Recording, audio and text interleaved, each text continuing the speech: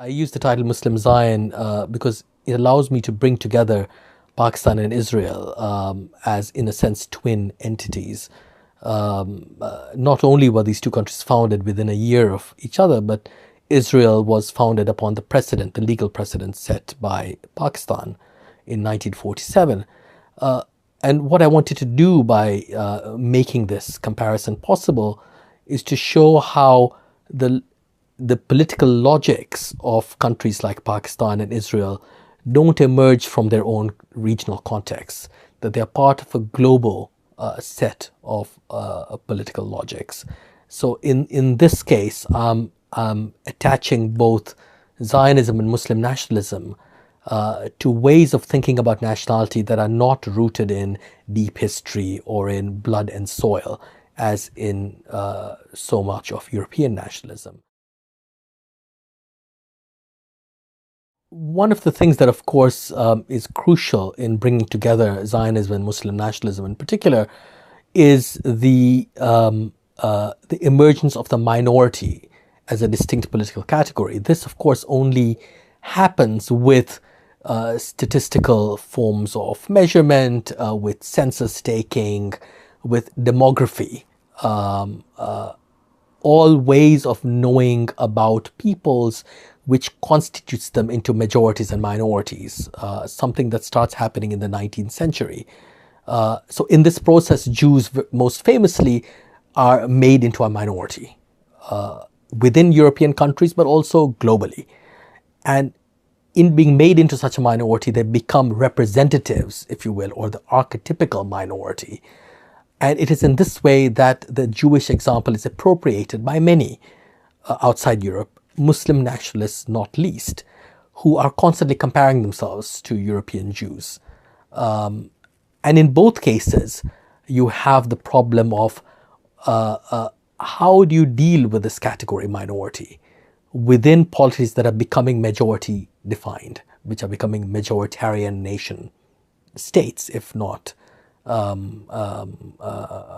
nationalized empires.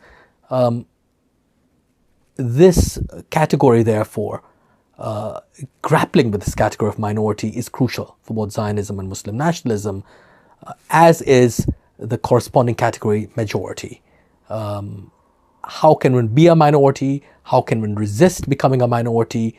Should one actually try to become a majority? These are the kinds of questions that inform both movements. The historiography focuses on the emergence of Muslim nationalism out of its regional context. So it's either a history about British India or at most about the British Empire. Whereas what I think is more important is the fact that Muslim, like Indian nationalism, had by the end of the First World War already broken through the crust of British terms and categories. And both these movements had become globalized, just as Zionism was globalized. So they are taking their influences and their modes of thought from all over the world. In particular, Muslim nationalism is informed by the emergence of these new ideological forms, communism, most importantly, but also fascism to some degree.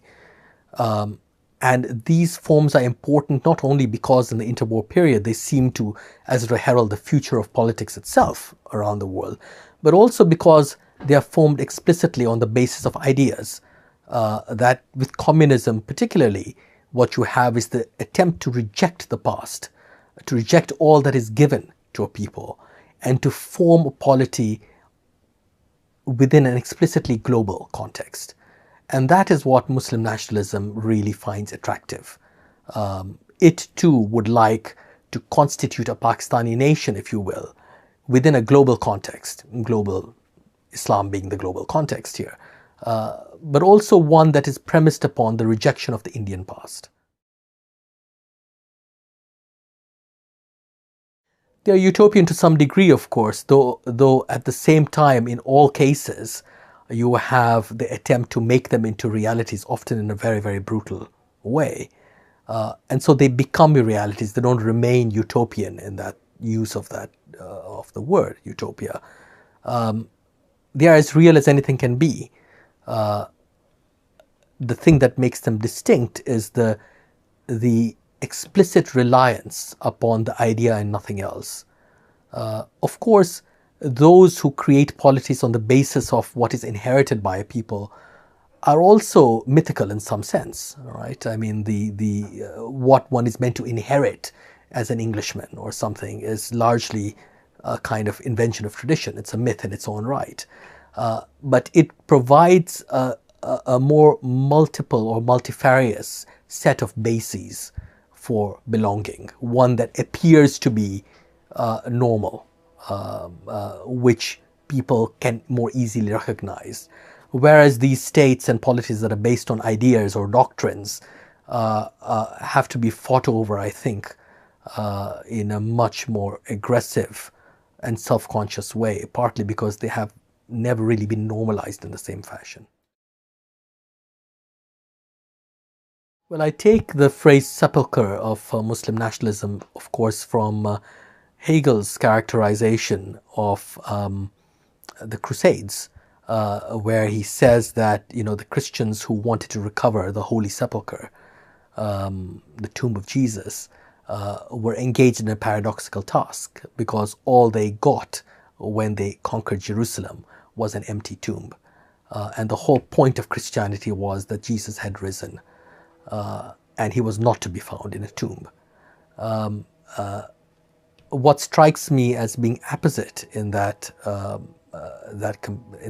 example for Muslim nationalism is this fact too, that the nation or the polity or the state that was in the end achieved could not but in some ways give the lie to its own ideology, which is all about a polity formed on the basis of an idea alone, with nothing belonging to it.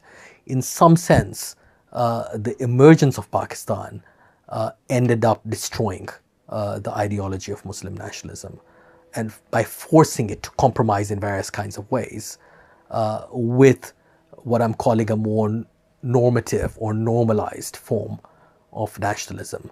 So it inherited with Pakistan a whole set of politics which it could no longer afford to ignore, whether these were ethnic or regional or something else.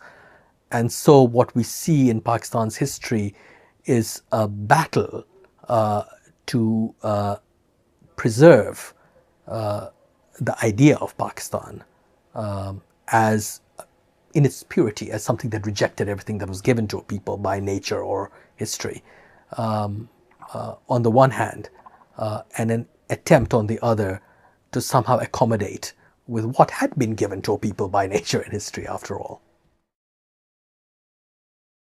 I don't think what I'm doing is counterintuitive when placed in larger historiographical contexts, but when placed within the study of Pakistan, yes, it's counterintuitive because historians of Pakistan have tended to focus only upon certain kinds of things. They don't really deal with the idea of Pakistan at all, or they deal with it simply as an epiphenomenon, as a kind of bargaining counter, or as a form of a thought which had no integrity or seriousness to it. And I really don't think that that is an appropriate way in which to write history.